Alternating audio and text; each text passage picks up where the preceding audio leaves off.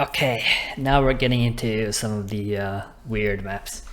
You have the line spawn point and you have the horde spawn point. This is the only point you ever spawn at, no matter where you die throughout the whole match.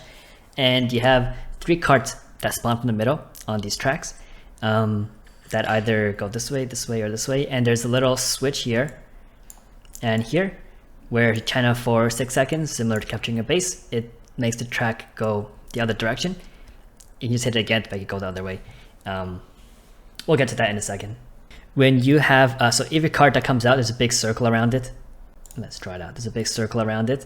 And when you have more players than the enemy, so if there's 5 alliance and 4 horde, for example, you start to build progress on this cart. Eventually, if you can push it past the midpoint, you get the cart.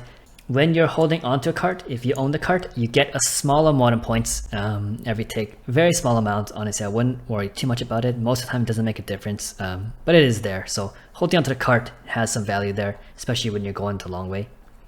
Every time a cart caps, so when it reaches the end here, here, or here, every time it reaches the end, the team that's currently holding it gets 150 points for that cart. And the moment the cart caps in one of the lanes, a new one spawns immediately right after, back where it just ended. So there are buffs on this map as well, but they're all hidden in really weird places for whatever reason. The most important ones, of course, are Berserker, which is like up here on this ledge. You can only get it from this side, and up here on this ledge, where you can only get from here. And you have the leaves, one of them which is like hidden here, and one is like all the way in the water. It's literally behind a waterfall. You don't even see it if you don't go in to check for it. Quite useful to know about these, because as a healer, you finish the team fight and then you can go and pick up the leaf so you don't have to drink. Important tip to know about this map is that this track here, the lava track, is by far the shortest track. And what this means is if you win the fight here and control this track, you're getting way more points than any other one. So by the time this cart comes here, finishes, you get 150 points. Spawns again, comes here, finishes, 150 points. This track here might not have even reached the end of it once yet. So it's way more valuable to try to win the battle at lava, assuming that the cart is not switch direction, of course. Generally, you can just kind of ignore the direction changing because it takes a long time to switch and it breaks on damage. It's really hard to actually get the switch if the other team's paying attention at all. So I would just ignore it for now. Another really important tip to note that a lot of people don't seem to know about is if you're fighting inside of the cart circle, let's say the cart circle's here, and it's alliance owned, and you're an alliance player, if you die inside of this circle, the bar gets pushed towards the horde side immediately, a big chunk, 3 ticks actually in particular. What this means is even if you have more people in this, here, that's a better example if it's over here. Even if you have like 6 people here and the opponent only has 4, and you think you're winning because you have your bar pushed up to the right side, to the line side, if you suddenly have 2 people dying here right at the end, it could swing over to the horde side. So in many cases, it might be worth it to, if you're sure you're gonna die, step out of the circle and then die. But it's also a risk because if you step out of the circle and you don't die, and then suddenly the enemy has more players in here, then it's gonna push towards their team anyways. Just kind of a balance and trying to make the right play as best as you can here. So in terms of opener, what you're gonna want to do is most of your team is gonna come out to start and fight at lava. Like I mentioned, lava is the most points by far, just because of how short it is. If you consistently control lava and win team fight here, most of the time you're gonna be winning the game. You have all 3 healers in this fight here, because sometimes for these carts also, you don't even have to wipe the enemy. If you have more people in the circle than the enemy team, then you're doing fine. And the path to get to the end here is not that long. You can definitely spin it long enough without people dying if you have 3 healers. So generally that's a pretty good strat. On the other side here, you have your tank and your rogue come out, one of them towards mid and one towards top. Try to watch for how many people they have at these carts. If they send 2 and 0, you get a free cap. If they send 1 and 1, your rogue is able to win the 1-on-1 and try to contest for this. Once again, it's more important to win this lava cart than it is to get these off carts, especially top, which takes so long to capture, extra long if you manage to flip the switch. Basically, top, you can kind of just ignore. If you're losing this over and over, it's not too big of a deal if you're able to turn that into wins on the other two cards. Basically on this map, after the initial fight, because of how much value this lava card is, the whole game is just a team fight in this area over and over. Whoever team tries to win this and get the 150 points from this capture. One other important aspect of this map is what I like to call stopping the peel. So if you have a team fighting here and you know you're going to win, the enemy team is going to try to run out and support these two cards and get the win here and here. If they get both, it's a pretty decent trade for the lava card. What you want to do is, if you know you're going to win this fight here, you have to try to stop them from peeling, right? Cut them off.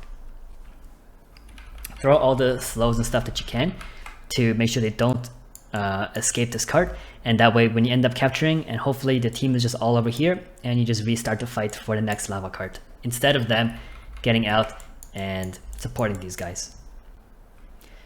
This map is very teamfight oriented. If your team isn't able to win teamfights against the other team consistently, unfortunately, there's just not much you can do about it, and you probably end up losing the BG overall. Alright, so next here we have Temple of Kotmogu. This one is a really weird one that let's say even at high levels, people don't know how to play this map. So as an overview, there are 4 orbs. Let's give it a funny color here. There are 4 orbs in these corners of the inside area. You right click on them to pick them up. You don't have to channel anything, you just get them instantly. When you're holding an orb, you do more damage, but you also take a lot more damage. And the stacks increase as time goes on. So basically, the longer you're holding them, the more damage you're taking. And you get points for holding the orb. So how it works is, if you're inside this area here, if you're inside this area right in the middle, and actually recently they patched it to not work on the stairs. So if you're in this area here, then each orb is getting 5 points per tick. So if you bring all 4 in, you're getting 20 points per tick. If you're in the next area out here, jot this out real quick. All the gray area, basically, you're getting 4 points per tick, and everything outside of that, you're getting 3 points per tick. So the closer you are to the middle, the more points you get. Almost double from the middle compared to the outside. So it's a big difference.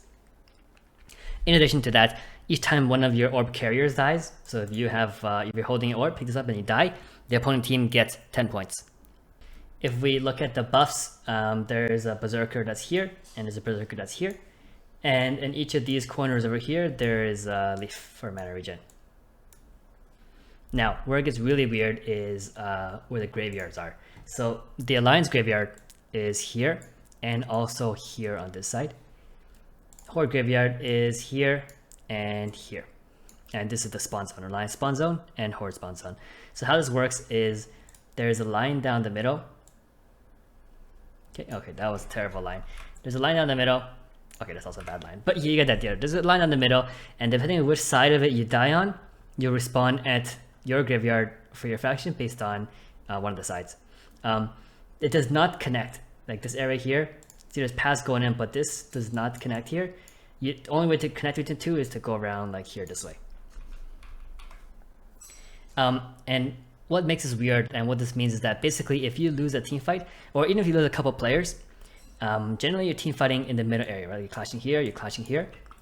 Half your team is going to respawn on this side, and the other half is going to be here. And when you try to come in, right after you respawn, if the team fight happens here, right? If the enemy team is here and you come in, they're going to wipe your team again, because it's going to be like 10 versus 5, and the rest of your team is coming in, and they're going to be late, right? So you're going to lose a team fight. What we call this is a split res, and split res is extra bad on this map because of the split respawns, right? You're always splitting, you're always respawning on different sides of the map from each other. So you have to be really extra careful here, where after a couple of players die, don't just run in yourself and die against the whole team if the rest of your team is like coming around this way or something, right? You need to watch your map at all times after you respawn to see where the rest of your team is. Try to connect with them, right? However you can, this way, or maybe here, or what happen to be. Just don't go in by yourself into the enemy team, especially if there's fewer of you on this one respawn point. So the general strategy here, oops, I wiped this out. The general strategy here of this map is to collect as many orbs as you can, And contrary to what may seem obvious, you don't want to bring them into the middle, because what happens is if you bring them in the middle, it's really easy for enemies to attack you, right? They can take you from here, they can hit you from here, they can basically go from all directions and hit you, right? And it's really easy to snipe off the orb carriers. The damage increase that you take from the orb is really high. It doesn't make up for the damage increase that it gives you, such that if you're going the orb for even like a minute or two, any enemy player can just come in and basically one-shot you. So if you don't want to go in the middle, what are you going to do? Basically, you're going to get your orbs, maybe 2 orbs at the start, right? We'll go over the start in a bit. It's not that simple either. But basically, you get your orbs, and you're going to kite around the outside of this. Okay, and what this does is these pillars, there's 8 pillars here, to provide line of sight help for you. This also means that you're able to stick your whole team as a big group, which makes it very important, and also still head towards the orbs, right? You keep getting new orbs as you move it around, right? So basically, as you're spinning around the circle, you're picking up new orbs, and also it catches the split resers, right? So if you're always on the outside here, for example, and they have split resers coming in this way, you pick them off. If you keep going around to over here, and these split resers coming in here, you pick them off. And you don't let them reconnect through this path here. You also want to be aware of which orbs you have that have the most stacks, right? So let's say you're spinning around on the outside, and you know this orb, like, so they're color coded, right? You can see which color they are in game. But basically, let's say this is green, and you know your green guy has very high stacks, right? He's holding it a long time. When you're coming around this way and coming here, you can let green hang back a bit, get picked off, and the moment he dies, your team is already here. You get to pick up, you reset your stacks to 0, so you don't take that much damage anymore, and basically you retain your points. You basically didn't lose anything here, except for the 10 points they get for killing your flag carrier, which is totally worth it. While you're doing this, right, while you're spinning around in circles, the enemy team is also spinning around in circles with their orbs, right? And what you want to do is you want to snipe their orb carriers, preferably when you are close to their orb, right? So if this orb is coming up, you snipe them here, and you go pick up this orb while you're still here, before they can reach it. What you don't want is to kill the orb that is right here, and they just pick it up again for free and reset their stacks. Honestly, it's very hard to manage. There's a lot of moving parts. It's really fast paced. You basically always have to be watching which orbs are going to die, which orbs you're next to. At the same time, you're running away from them so they don't just snipe you off for free. You don't get too close to the middle so they don't just kill you, instantly. In time, try to avoid your split res, right? Like if your team is in this big circle, you want to, after your res, try to rejoin them as soon as possible, right? Coming from a safe direction that doesn't cut into the enemy if they're here, for example. And try to hold the orbs as long as you can, pick up new orbs as much as you can, just to get the point advantage and eventually win. Okay, so how does the opener look in this map? Everyone comes in this way, okay? And here's where it gets really interesting, right? And this is where it makes a big difference if you play a strat right or not. You're not going to pick up any orbs. You're just going to run in here and try to get to this berserk as soon as possible. Your entire team, right? All 10 players are going to come this way, and you're going to have a big clash here for a team fight when they come in this way as well. The reason you don't pick up any orbs is because this first team fight is so important, right? If you win the first team fight, you put them on the first split res, have them die this side, have them die this side, hopefully, and they're just like set on the back foot, and you can start the kiting with your orbs. Holding the orb makes you take so much extra damage. It doesn't get made up for by the damage you do. So basically, by picking up the orbs early, you're making it so that you have a smaller chance to win this team fight, because your orb carriers are going to get sniped. If you see the enemy team come into this mid fight, the first mid fight with orbs, all you do is snipe those orb carriers, then it's 10v8 and you win the team fight. Immediately after winning this first team fight, then you go pick up the orbs, right? After it's safe, right? After you kill a couple of their players, pick up your orb here, and then you go together as a group and start doing the spin strat, trying to pick off their respawners. Any split resers will come in, picking up new orbs as you pass by them, right? Pass by this, pick it up, continue to kite.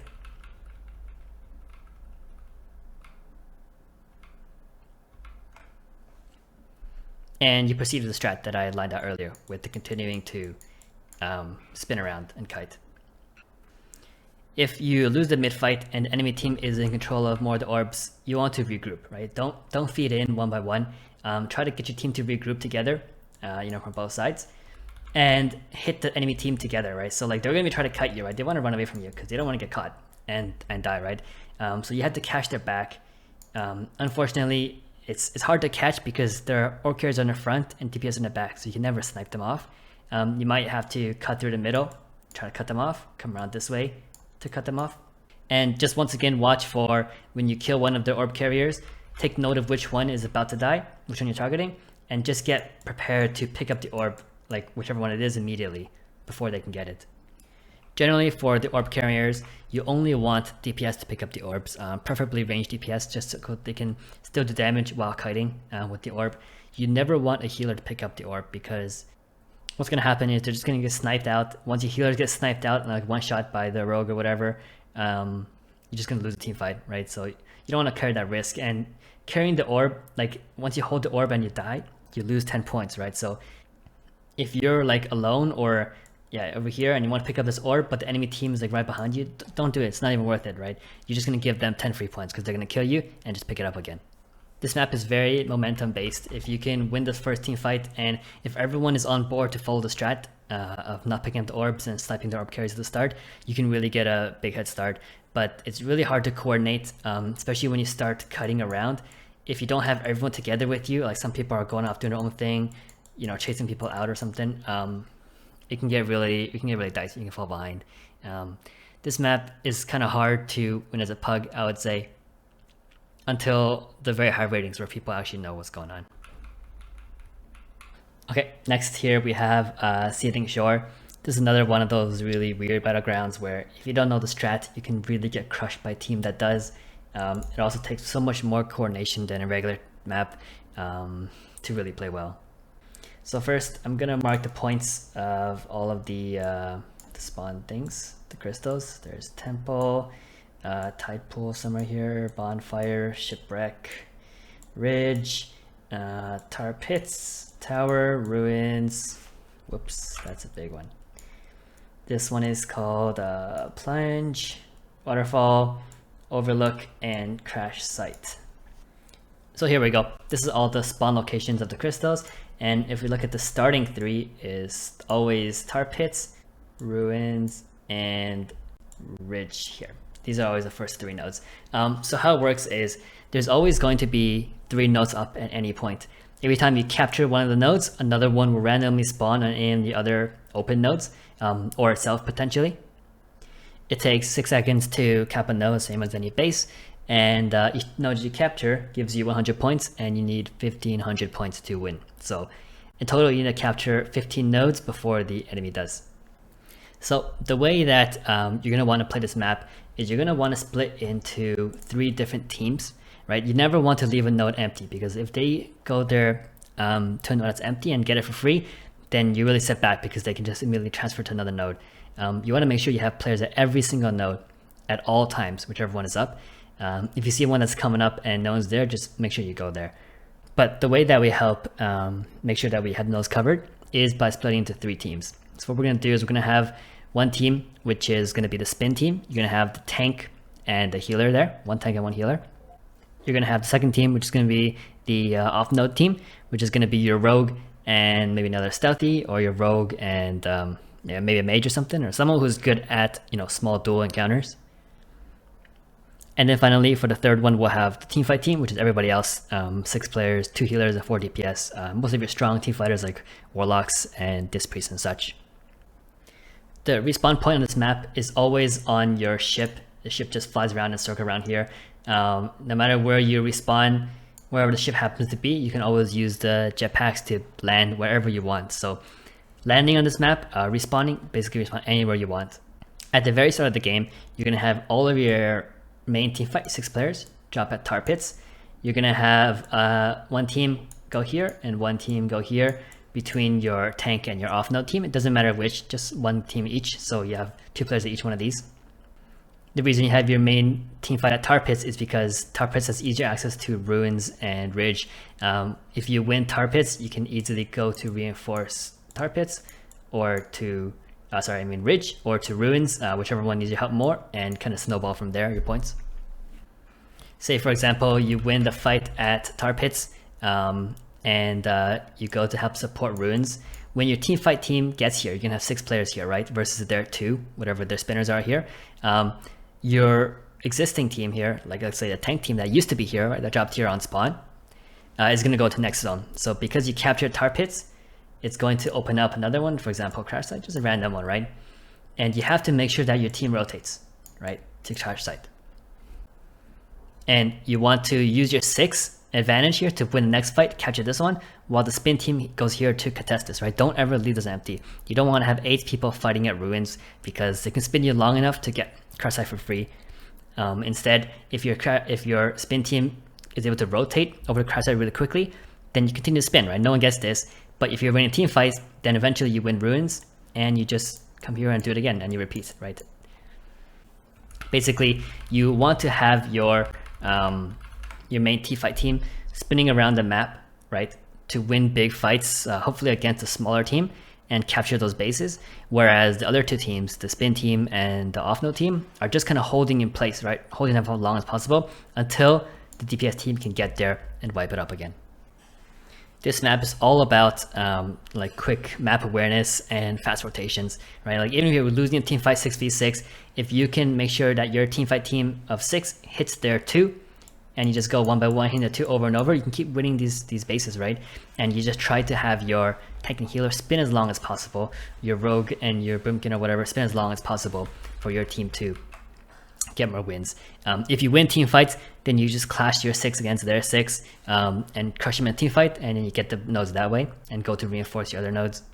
And basically, if you're able to match your teams against their teams in a favorable way to you, you're gonna steamroll them by winning every node over and over.